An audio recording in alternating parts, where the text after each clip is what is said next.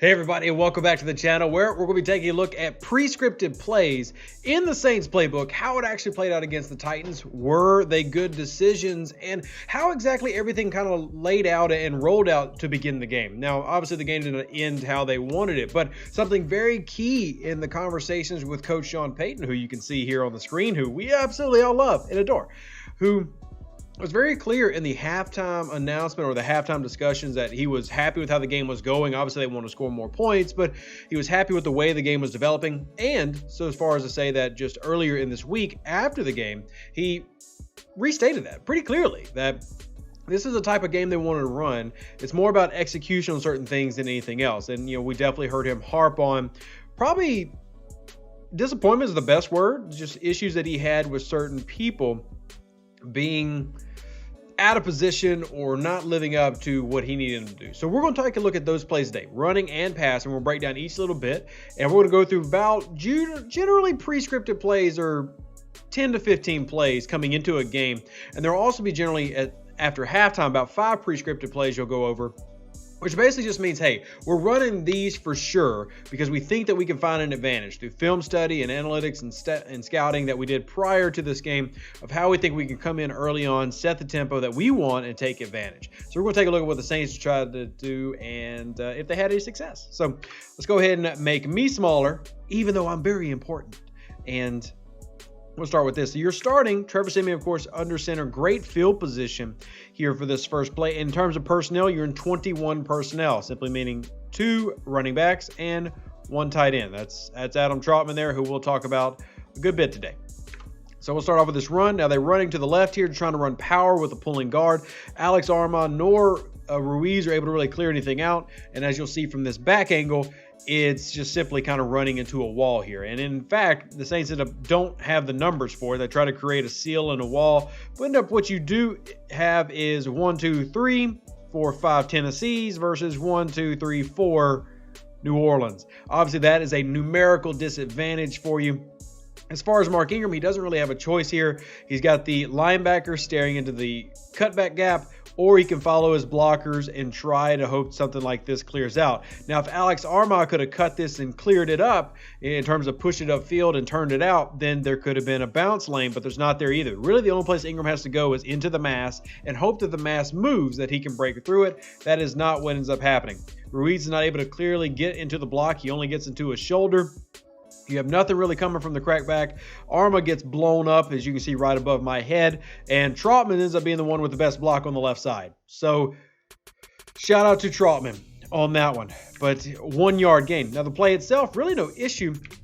I like what they're doing, and probably running to this side is a smart play. I mean, you want to pull Ruiz more than you want to pull Throckmorton. Ruiz is a better pulling guard than Throckmorton is. He moves better, the explosion that he gets is better, and generally clears better. Trautman with a good job moving the second level. Hurst does a good job holding his block, but since nobody can clear out these 3 between the crackback block, the fullback, and the pulling guard, Ingram has nowhere to go. So that's how that play ends up being pretty much a loss. Now they'll go to the next one. This is where you had Ty Montgomery in the game, an example that Ross Jackson and I talked about how, look, they really wanted to use guys like Ty Montgomery in this game to keep the same type of game plan that you would have with an Alvin Kamara. He's obviously nowhere near Alvin Kamara in terms of ability or, what he produces on the field, but it's still important the impact that he can have. Defensively, we'll talk about that in a second, but you're in a empty set where we're 3 by 2 stacked to the left. And we're going to have this little rollout, short little curls, all just trying to get quick pass, first down. And I love Trevor Siemian hitting this. He's throwing with anticipation on this one. So it's a 7-step drop out of gun, or 5-step drop out of gun, I'm sorry. And then you're going to see him throw right here. I love this because this is an anticipation throw, something we want to see more of from Winston, who did start to do this really well as he got more starts under his belt. Siemian doing it now where the guys aren't there yet, but you're throwing to a spot, and I really like the decision here. Hits it, and it actually is a good ball placement because it's more to the inside than the outside. So this is a good play. And we're talking about pre-scripted stuff. You're trying to give them things that are easy, but things that are probing the defense.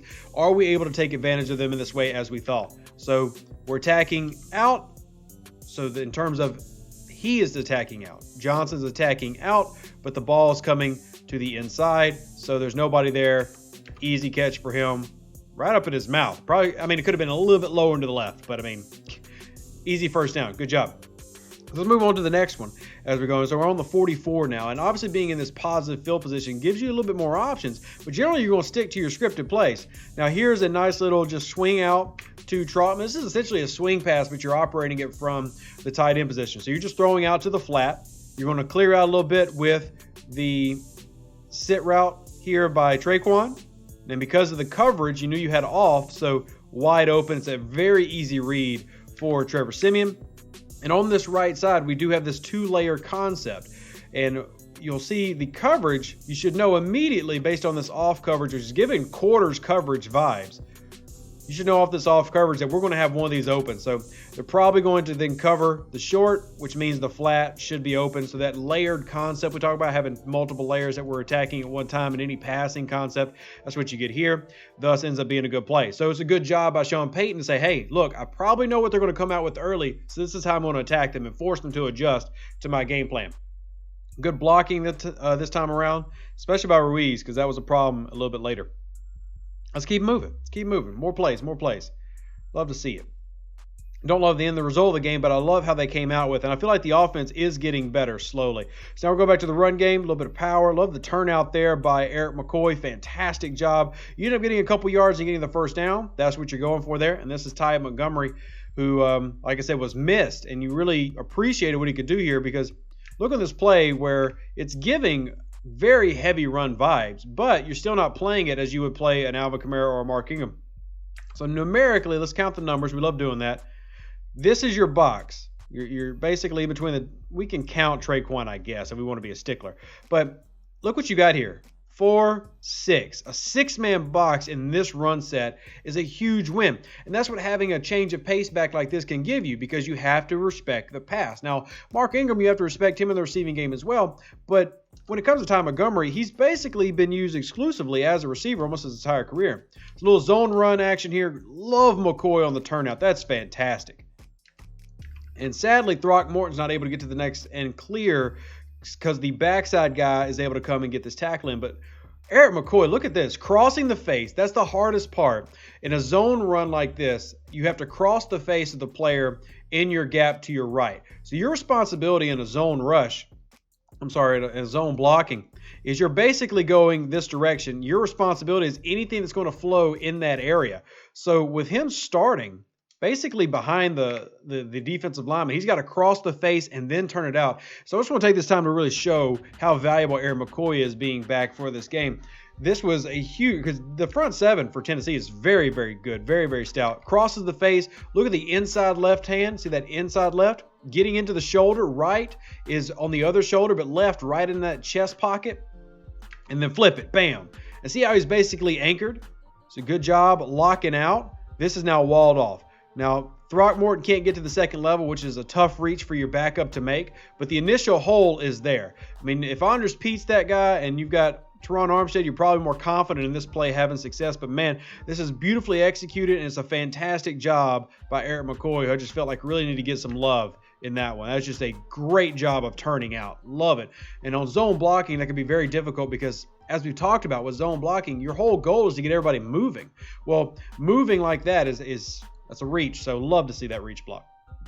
All right, back to the gun. Now we're going into 11 personnel. Here's well, goes nowhere. This is a miss, but you got Montgomery coming down to the bottom with a slant over the top. So this is just a pretty common concept in zone where you've got them lining up here to drop into their short zones, but slant flat. So slant, flat. You'll find out a lot of concepts in football are either really easily named or they make no sense at all. Like the Mills concept. Where do you get it? Well, it's actually named after people. But anyway, right here, I was really surprised to not see Siemian get rid of this right there. Now you see Ruiz ends up losing his block, but I'm surprised he doesn't get that off to Deontay Harris. And you'll see it from this angle. And I don't know if it's just Harris being 5'6" and hard to see past the offensive lineman, or he's couldn't throw it to a spot because he was worried about the lane being clogged, but he's staring at it. I'm surprised he doesn't release this. Now, Ruiz has lost already. So Ruiz has lost this block, and Siemian's probably starting to feel it. If there's a pull the trigger, he's already moved off Harris. I don't know if he was worried about the depth of Harris getting hit right here, but right there, ball should be out to a spot, and he's getting sacked. So you can argue a better quarterback probably gets that throw to where it needs to go. Trevor Siemian is what Trevor Siemian is. Pull the trigger, definitely want him to do it there, but at the same time, hey, maybe we didn't want to take the risk. There, he gets a nice throw off. Second down. Let's talk about the concept here in this little pre-scripted. Same type of plays. Now, that doesn't mean literally every play is like, look, we're not deviating. But, oh, my gosh, a stump play and Ruiz getting beat again. That's problematic. But if you look at it in terms of what they're doing, this is another flood concept type idea where we're just attacking one side of the field for the most part. We do have a backside drop-off, a little dump right here coming through that we never rotate back to because we got to get the ball out quick. So we go underneath. If this had a little bit more time, I'd be really curious to see if this would have drug this defender down, thus opening up your Marquez Callaway intermediate. But you see here, essentially is a sail concept. I mean, we're flooding the field, but it's basically a sail with a backside in, a deep in coming. Anyway, you end up getting the ball out. The backside angle, this end zone angle, is probably not going to be very fun for a lot of Saints fans to watch. But here you go. Oh, that's just, man, that's... Oof. I guess Ruiz did do enough to get him out the way, but man, that was nasty. I love good line play. That's just attack the inside arm, go over him. He just loses his balance. I mean, it's not a holding call, but basically just rammed into him to get him out the way. Good job on McCoy recognizing the movement and carrying his guy over to the right side. So that is crazy. Next up, now we're into a trip set again, and this is going to be one where this is the fade to Callaway, and I love the attempt here. This is, and I even remember a couple people commenting on social media that, oh, Trevor Siemian overthrew Callaway again. He really didn't. This is Janoris Jenkins just eating Callaway's lunch, to be completely honest with you. There you go. You can see him in frame here at the bottom. This is Janoris Jenkins just eating his lunch. There's just no other way to put it. And I hate to word it like that, but Trevor Siemian's releasing now. And what you're seeing is Janoris Jenkins doing exactly as you're taught to do. Use the boundary as your friend. And he has pushed him to where they started was about right here in terms of alignment. And now he's here. He's basically moved him 3 yards. I'm sorry, you can't see where I put my little marker. But basically right here. Or you can see it. Never mind. I'm crazy. It's my screen.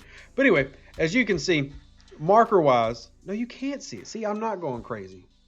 There it is. There's the marker. My mic's in the way and everything. So here's basically where they started in terms of alignment for the receiver. And that's where they ended up. He basically moved him 3 yards closer to the boundary. And this is where you need a guy to be physical and be able to fight through this. Janoris Jenkins plays this beautifully. He turns him out. He's used the sideline to his advantage, and he has the leverage completely. If that ball goes inside and is catchable, Callaway's basically the defender here.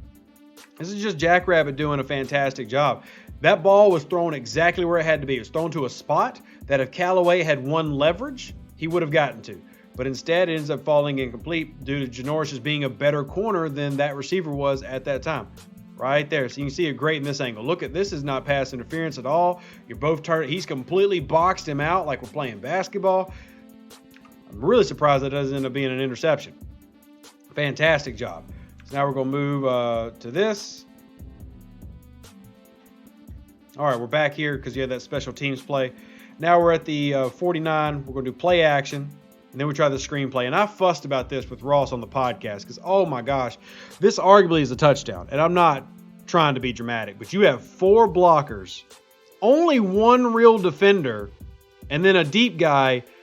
Look how far back the safety is because they're playing essentially cover 4. So look how deep they're playing this. And this only gets 7 yards.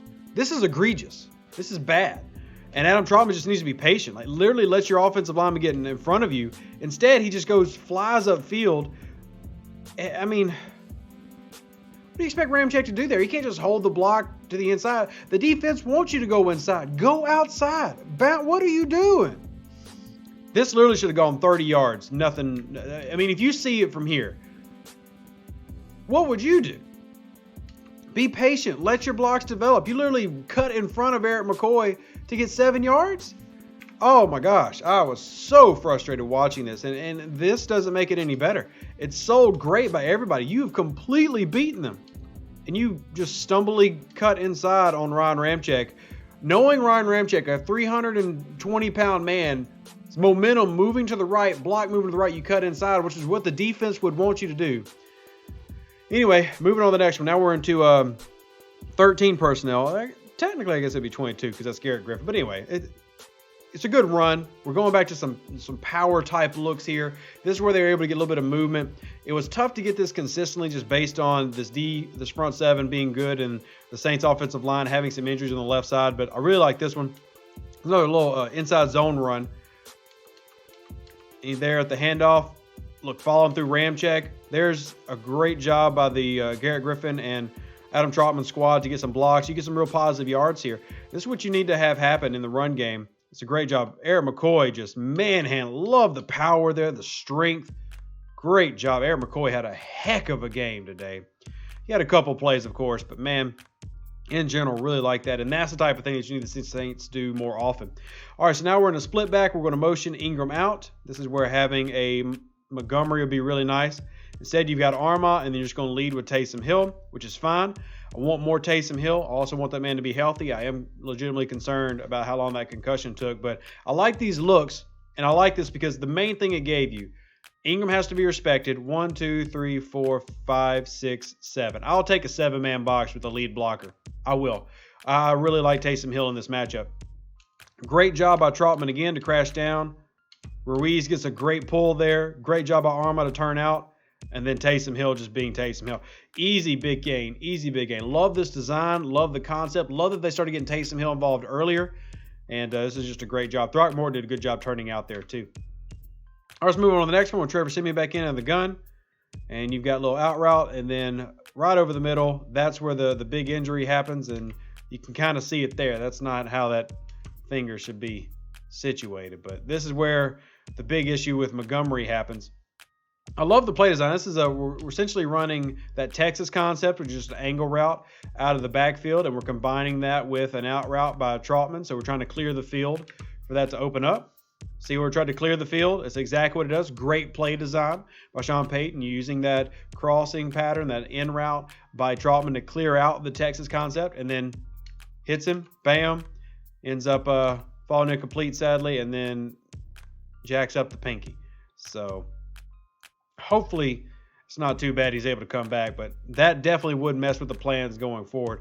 And now you've got them back into a 3-by-1 set, splitting wide right down at the bottom of your screen. Picking up the blitzer. Great job by Ingram. Get the ball out.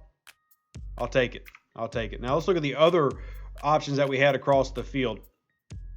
So it's a good job by Ingram to come pick up. And besides the crossing pattern, which would have been picked up anyways, really nowhere to go. It's a good decision. Get the ball out. Don't take a sack. And you went where you had to. Great job by Ingram by reading cross field to come after that. And then Ruiz kind of helping clean it up. Kind of. Not necessarily, but kind of. I mean, we'll use the word clean up. Let's move on to the next one. Yeah, we're doing good on time. We're not even 20 minutes yet. We're doing good. Okay, so now we're in back in the gun into 11 personnel. Unless you count Taysom, then it's 12 personnel. How do you even classify Taysom? So I'm going to run it out. There's a flat route. They read the flat route. There's Taysom trying to run the push. And then nobody was open at all there. It's just good man coverage across the board. Nobody got any separation. And up front, you end up losing really quickly because you're in the shotgun. There's your drop, read. Somebody's on the ground. We need identification of who. There it is. And nowhere to go, and probably would have been nowhere to go, honestly. That's just one where you need your guy to boot out or try to get some yards. That was very well covered. It doesn't help that you're going to get absolutely just destroyed by a simple club swim. Yeah, Ruiz, man, that's just... Got to do better. Got to do better. Got to do better. All right. Moving on back into the gun. Obviously, that puts you in a really difficult spot, that sack. Getting you kind of out of that field goal range. So you want to play here. So you try to push to that outside. And this is the one where communication is important because Traquan, and Peyton talked about how good of a game Traquan's been having. But Traquan just kind of falls through this. And it's like he's not expecting a pass. Because we're once again running a flood concept, that sail concept, where flat, intermediate, deep. So they got a man coverage on the sail. And I like Siemian's decision there. Traquan's just not ready for it. Like he stopped on the break. And I'm not sure exactly what caused that, but I like the decision. Just it goes incomplete. And hopefully with more time, guys like Simeon working with Traquan are able to build that and they predict that better. But, that ball is really where it's supposed to be. I mean, you're attacking the sidelines there. Traquan just kind of a little bit short there. I'm curious, what caused him to run up. What is it, a timing thing? Maybe he's used to how Jameis would throw that or the time it takes. I'm not sure. That's a rapport thing and a communications thing. I think that they've got to fix up, and hopefully they will. But all right, back to some zone running. We're running to the left, cutting up field. I am curious. I don't necessarily have a problem with Ingram cutting up here. I was curious that he didn't just try to take the entire sideline, because Trautman's been such a good blocker. I mean, as much as we complain about Trautman as a receiver, blocking was there. Okay, now I see it. So the block does start to depart from him, so he cuts it back. That's a smart play. All right. I didn't see the separation from Trautman's block. Ingram obviously did the right decision here. What do I know? I mean, Ingram's my age, been playing the league longer than I've been even studying football. So good decision by him. Let's move on to the next one. Now we're back into an 11 personnel look. Going to hand it off again, power. And this time, not getting as much in terms of, well, it's not a power run, that's a zone run, but in terms of just trying to attack with power. Looks like Ruiz is going to lose this block again, which we talked about zone runs having to cross the face. Remember how we talked about how hard it was for McCoy? Same thing for Ruiz. It's really difficult. And you see he never crosses the face. And when we talk about crossing the face, it's a literal. We want you to cross their face, as in you get your helmet on the other side of their face. That's what you have to do to get your body in position. It never happens, so he never really wins the block. He's just got the shoulder, which means you have to cut up field, and ends up being a sack. Now, that's a really tough job. Like I said, their front seven is stout, very stout. But if you're Ingram, man, you felt like you had a few more yards in that one if that block's able to get and hold. All right, so now on this blitz look, I love how the Saints reacted to it. Love this play, and I just had to include it. Could argue that, look, it's a little overthrown on him, and that comes to them needing to have better rapport, better time with each other. But I love the Saints that they were able to hold up on this. They read it well. Simeon does a good job of recognizing this is essentially like a cover zero look. Releases, it's cover one. But he knows he's got man-to-man outside. So it's a one-on-one situation, and he gets it to his guy, a big playmaker. And you love to see that. You love to see that. I got to watch it again just because it's so pretty. All right. So you get that cover one look. You got man on the top. Great job by Harris to win. And almost like Harris looks like he wasn't going full speed out of that, like he was not real sure of Simeon's arm. But Simeon reaches him. And once again, I think these are little things that they've got to get better at as a unit with each other. And just being able to have that familiarity with each other and understand what that other person is going to do, the depth of their route, the breaks, the timing for exact throws. But in general, man, love the read here. It's a great job. And he just flicks it, good 30 yards. 40 yards. That's great. So Simeon's arm throwing with a lot more accuracy than we used to seeing in Denver. All right, let's go and move on to a couple more, then we'll wrap this one up as we're getting heavy. We've already gone through the first quarter. We're way past pre-scripted plays. Now we're just watching the offense. So a little handoff here, run through. I love these type of power plays. So just trust your guys. The box is very favorable in this shotgun handoff. So if you look at the numbers there, we got 1 off your screen right over there. 2, 3, 4, 5, 6. You'll take that every day. And we'll get the handoff. Little double team. Great job by Throck to break off. And we got hat on hat on hat. You love it. Just cut up field. I would like Throck to stay a little bit better engaged here, a little bit more active, a little bit more aggressive.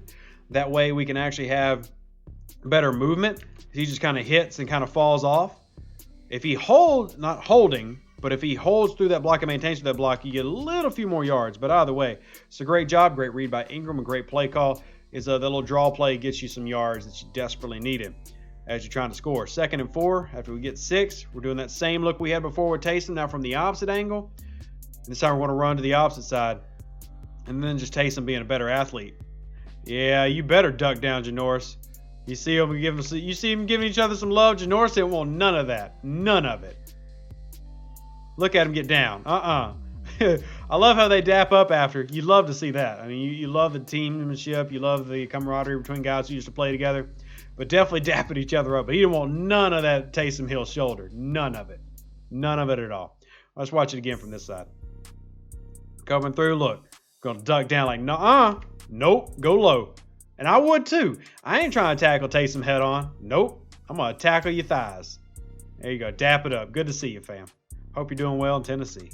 Well, you are, because I watched your game, and it was really good.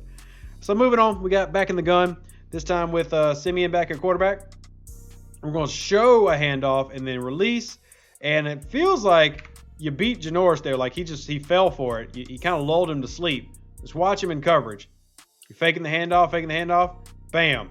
And like I said, he's just kind of lazily. You see, that's basically the equivalent of an ankle breaker at the NFL level. Anytime you see that massive squat where you're trying to stop your momentum and recover, you're beat. Simeon reads it, touchdown, Saints move on and take the lead. And it's just the sell is not even an amazing sell, to be honest with you. It's just I don't think anybody should have got fooled by that, but because of all the mass, Janoris is in the kind of sits on this. It's a good job by Traquan running this little corner route, but the way he's doing it, breaking in and then out, kind of like running a reverse wheel, a little convex motion here.